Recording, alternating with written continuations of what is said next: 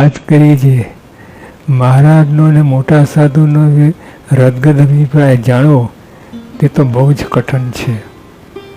મહારાજને મોટા સંતનો જે રદગદ અભિપ્રાય જાણવો તે તો બહુ જ કઠણ છે. તે તો ક્યારે જણાય? તે એક કલ્પ સુધી જો મુક્તાન સ્વામી તથા ગોપાલ સ્વામી તથા કૃપાલ સ્વામી એવાના સેવીએ ત્યારે જણાય. એક કલ્પ સુધી આવા મુક્તાન સ્વામી, ગોપાલ સ્વામી, કૃપાલ સ્વામી એવાને સેવીએ ત્યારે જણાય. પણ તે વિના તો જણાય જ નહીં. પણ તે વિના તો જણાય જ નહીં કે મહારાજનો ને મોટા સાધુનું. હવે ગોપાલ સ્વામીથી મોટા કોણ? ગુણાતીતાન થાય. એટલે મહારાજના અને ગુણાતીતાન સ્વામીનો જે રદગદ અભિપ્રાય જાણવો તો બહુ જ કઠણ છે. કેવી વાત કરીએ સમજીએ તો મહારાજ ને સ્વામી બ્રહ્મ અને પરબ્રહ્મ બેની જ વાત આવે એ જ જાણી શકે રદગદ અભિપ્રાય. અને તે વિના જે કંઈ આપણને જણાય છે, તે વિના આપણને કંઈ જણાય છે તે તો શ્રીજીમાની ને આ મોટા સંતની દ્રષ્ટિ વડે કહીને જણાય છે. મારા સ્વામીની દ્રષ્ટિ વડે જ આ જણાય છે. એ તો જણાય જ નહીં. જે કંઈ જણાય છે આપણે મથીએ છીએ, કરીએ છીએ એ પણ મહારાજની સ્વામીની દ્રષ્ટિથી જ. એ તો જણાય જ નહીં. ને તેની દ્રષ્ટિ ક્યારે થાય? તો દ્રઢ ધર્મ હોય. જો ધર્મની દ્રઢતા હોય તથા આત્મા પરમાત્માનું અતિ દ્રઢ જ્ઞાન હોય. આત્મા પરમાત્માનું અતિ દ્રઢ જ્ઞાન હોય. ખાલી વાતોમાં નહીં, વાતમાં છું પરમાત્મા છું એ વાત નહીં. એક તો દ્રઢ ધર્મ હોય તથા આત્મા પરમાત્માનું અતિ દ્રઢ જ્ઞાન હોય તથા પંચ વિષયમાં અતિશય દ્રઢ વૈરાગ હોય. તો પંચ વિષયમાં અતિ વૈરાગ નહીં, દ્રઢ વૈરાગ નહીં, અતિ દ્રઢ વૈરાગ. પંચ વિષયમાં અતિશય દ્રઢ વૈરાગ હોય તથા પુરુષોત્તમ ભગવાનની મહાત્મ જ્ઞાની સહિત અનન્ય ભક્તિ હોય. બધું ટોપ હોય. અનન્ય ભક્તિ હોય તેને માથે દ્રષ્ટિ થાય છે. પણ દેહાયમાની માથે દ્રષ્ટિ થતી નથી. એટલે આપણે બધાને દેહાયમાનમાં ગણી લીધા. બીજી રીતે જોઈએ તો સીધી રીતે ના બોલે, બીજી રીતે બધા દેહાયમાની છે. દેહનું કંઈક અંશ રહી જાય તો ગમે એટલી આત્મા પર વાત કરીએ તો દેહનો અંશ રહી જાય. દેહ ભાવમાં સરી પડીએ. બધી ટોપ કહીએ. એક તો દ્રઢ ધર્મ હોય તથા આત્મા પરમાત્માનું અતિ દ્રઢ જ્ઞાન હોય તથા પંચ વિષયમાં અતિશય દ્રઢ વૈરાગ હોય તથા પુરુષોત્તમ ભગવાનની મહાત્મ્ય જ્ઞાન સહિત અનન્ય ભક્તિ હોય. પુરુષોત્તમ ભગવાનની મહાત્મ્ય જ્ઞાને સહિત અનન્ય ભક્તિ હોય તેને માથે દ્રષ્ટિ થાય છે. પણ દેહાયમાની માથે દ્રષ્ટિ થતી નથી. ને તે વિના કંઈ દ્રષ્ટિ જેવું જણાય છે તે અંતે નહીં જ રહે. બીજો જન્મ આવે એટલે બધું એકથી શરૂ કરવું પડે. આ જન્મ થઈ જાય, બીજા જન્મની વાત જ નહીં. આ જન્મ તે વિના કંઈ દ્રષ્ટિ જેવું જણાય છે તે અંતે નહીં જ રહે. એમાં કાંઈ સંશય નથી. સ્વામિનારાયણે સ્વામી વાત કરી છે જેવો સત્સંગ છે તેવું તો જણાય જ નહીં. સ્વામી કહ્યું જેવો સત્સંગ છે, સત્સંગના પ્રકાર એટલે ટોપમાં ટોપ જેવો સત્સંગ છે એવું તો જણાય જ નહીં. ને કોઈક જાણે તો સત્સંગ કરે નહીં. કોઈક જાણે સત્સંગ કરે નહીં. ને કોઈ કરે તો જેવો સત્સંગ છે તેવો થાય નહીં. ને જો થાય તો જારો બહુ કઠણ છે. કેટલી કલમ મૂકી. આ સ્વામી જ વાત કહી છે કે બીજા સદગુરુ સંતો બધા એમની વાતો જુઓ તો વાતો સ્વામીના તુલ્ય ના જ આવે. આવી વાત કોણ કરે?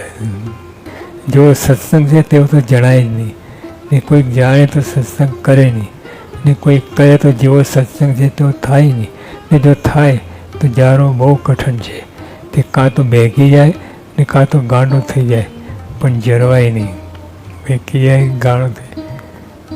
એટલે સત્સંગ આપણે તો ઉપરથી બધું મહિમા જાણીએ, પણ ખરેખર સત્સંગ જેવું જણાય ને તો જીરવું બહુ કઠણ પડે. કાં બેકી જાય કાં ગાંડો થઈ જાય. એટલે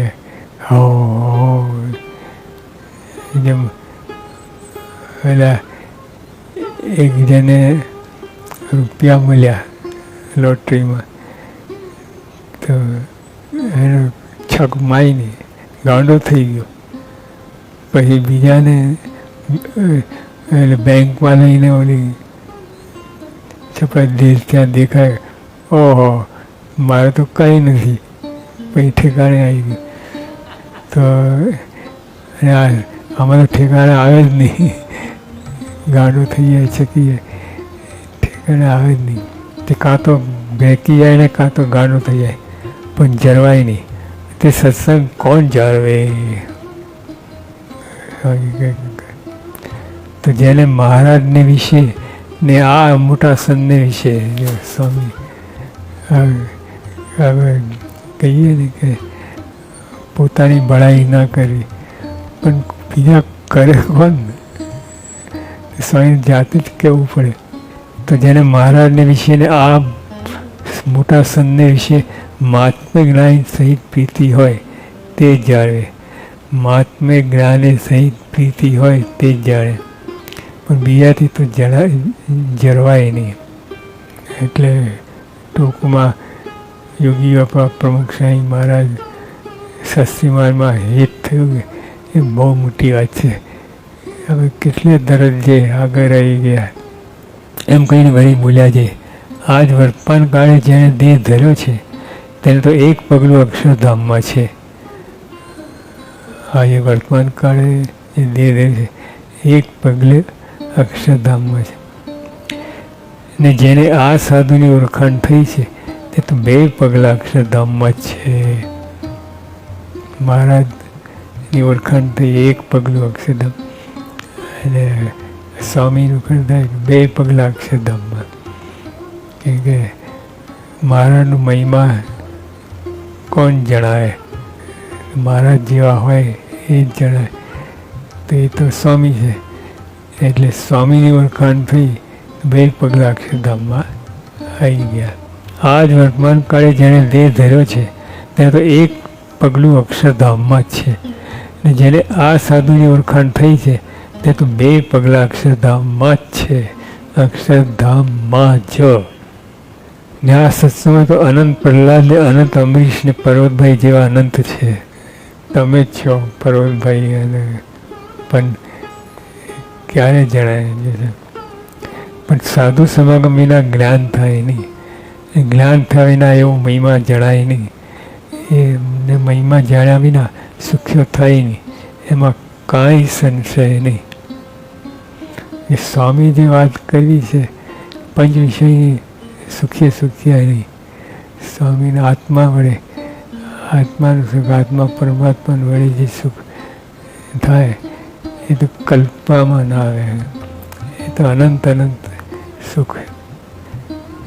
સ્વામિનારાયણ સ્વામી વાત કરી છે, ખરેખરું જ્ઞાન થાય તો તે માયાના પેચમાં આવે નહીં, માયાની જાળમાં પ્રપંચમાં.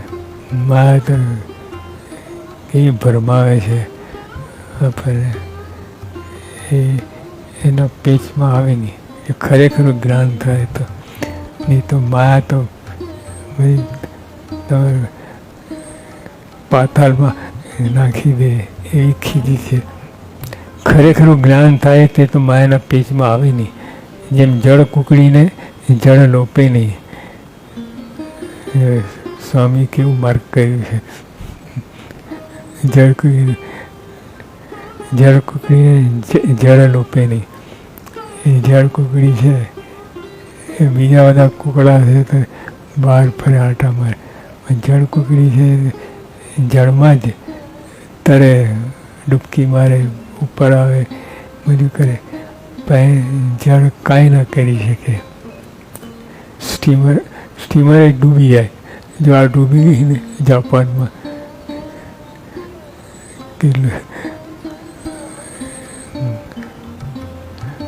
પણ જળ કુકડીને તો ડૂબે જ નહીં. એ તો ગમે તો ઉપર તર્યા જ કરે, જળ લોપે જ નહીં.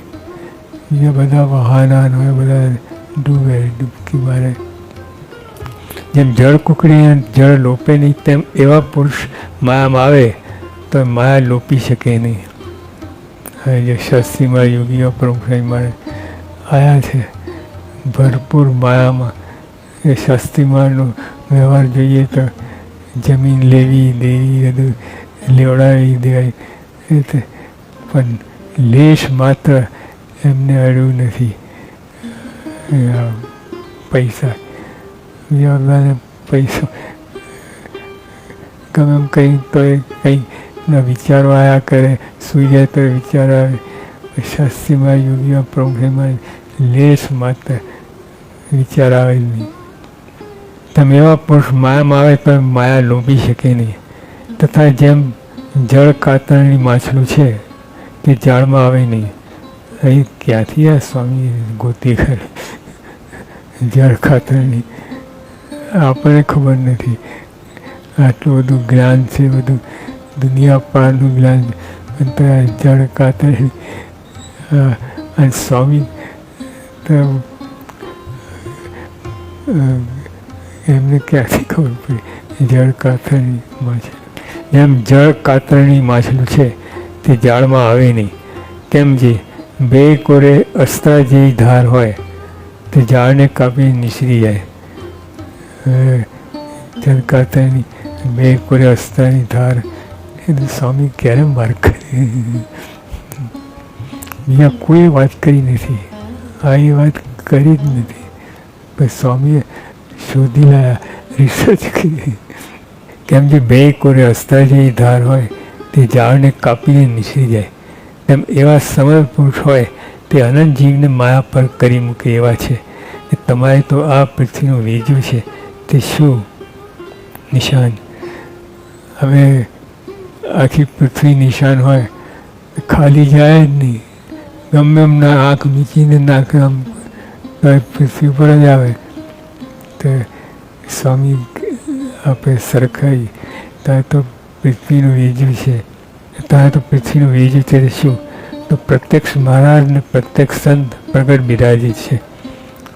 મહારાજ ને સંત પ્રગટ બિરાજે એવું તમારું મોટું ભાગ્ય છે. એ ભાગ્યનો ઉપયોગ કરતા આવે તો